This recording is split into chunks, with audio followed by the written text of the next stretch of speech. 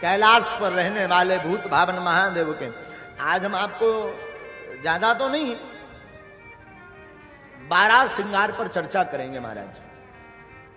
ज्योतिर्लिंग कितने हैं? कितने हैं? राशियां कितनी होती हैं?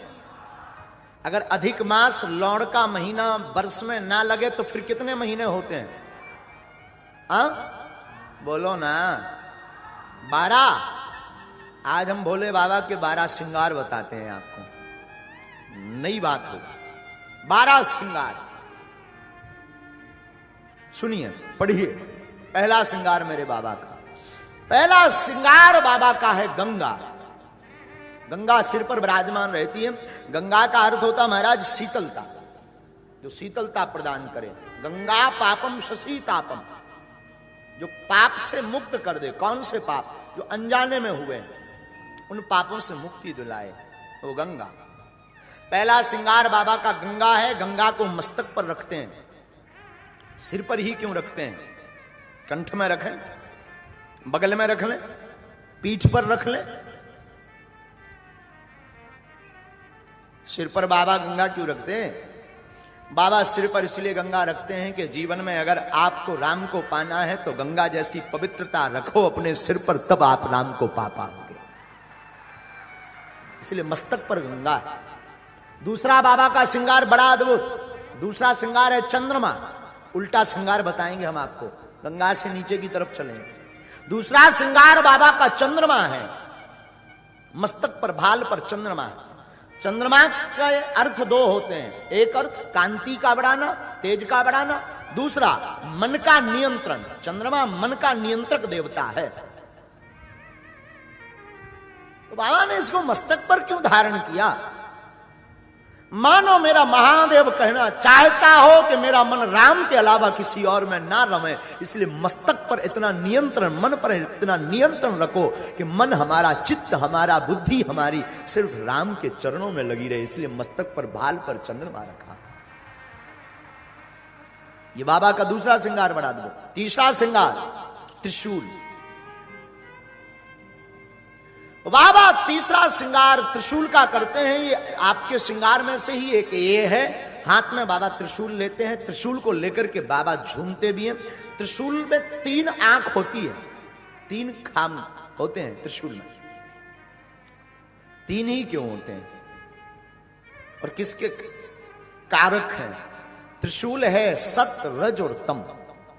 सतोगुण, तमोगुण और रजोगुण से भरपूर, अथवा यूं मान के चलो इनसे परे, सतोगुण, रजोगुण, तमोगुण से परे। त्रिशूल जिसमें 3 आंखें होती हैं, ये क्यों है?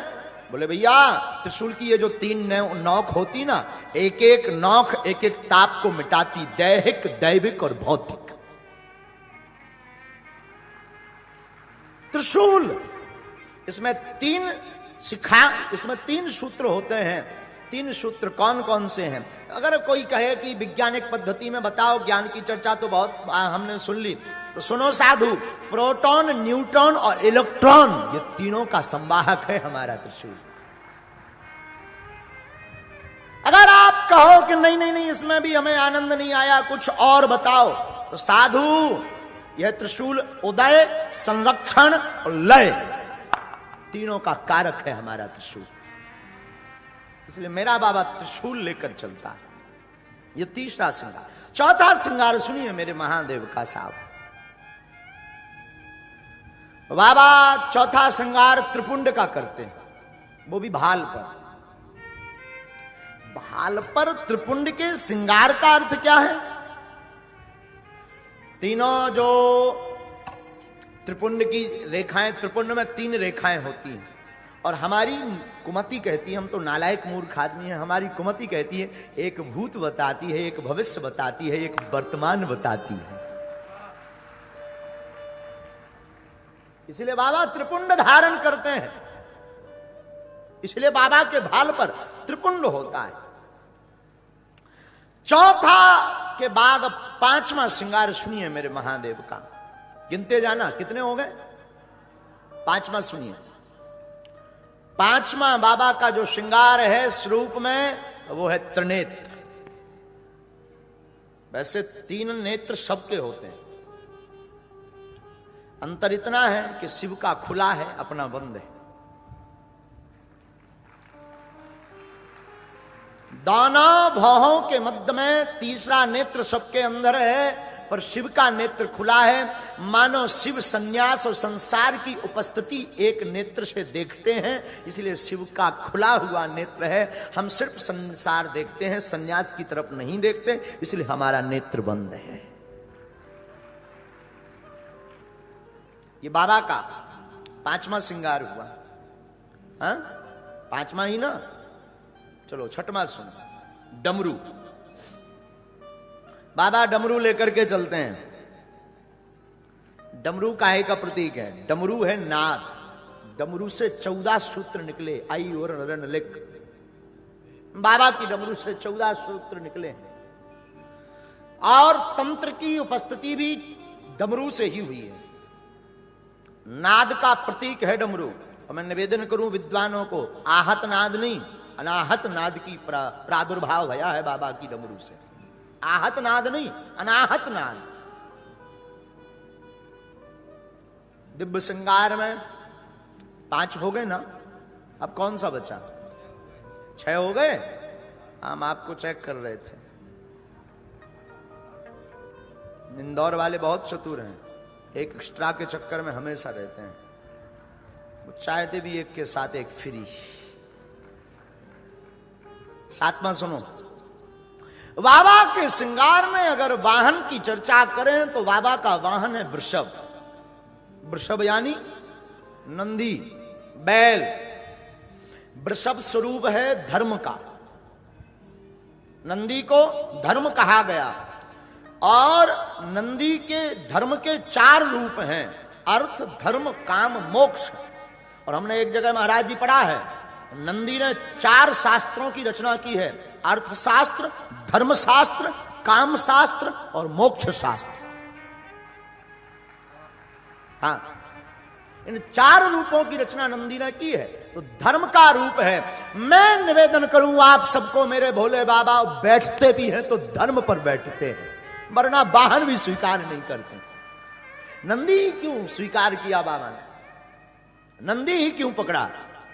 साधु मेरा विश्वनाथ अगर बैठता भी है तो धर्म पर बैठता है। मानो मेरा बाबा कहना चाहता हो, जहां धर्म नहीं है वहां मेरा आसन नहीं है, जहां धर्म है वहां ये शंकर बैठा। कितने श्रृंगार के रूप हो गए? 8वां बताना है ना। 8वां सुनो। बाबा के श्रृंगार में एक बार थोड़ा उल्टा चढ़ो। जटाएं। जटाएं, जटाएं हैं वायुमंडल। जटाएं हैं विचारों की एकता। जटा का एक अर्थ हमारे पूज्यपाद गुरुदेव कहा करते थे, साधु जिसने अपनी जटाएं एकत्रित कर ली, जिसने अपने केसों को बांध लिया, जिसने अपने विचारों को बांध लिया, वो शंकर बन गया। विचारों को बांधना आज के संसार में बहुत मुश्किल है। आप अपने जीवन काल में बहुत कुछ बांध सकते हैं, जल का बांध सकते हैं, एक घड़ी कोई बहुत घृणा होने पर काम का बांध सकते हैं, पर विचारों को बांधना बहुत मुश्किल है। लेकिन अगर विचारों को बांधने की आपके मन में जिज्ञासा जगे तो शिव का चरित्र पढ़ना, शंकर की उपासना करना। शंकर जीते भी हैं तो जटाओं को बांध कर जीते हैं। क्यों? क्योंकि जटाएं विचारों का बांधना है, विचारों को बांध करके ही राम को पाया जा सकता है। मानो यही शिव कहना चाहते हैं।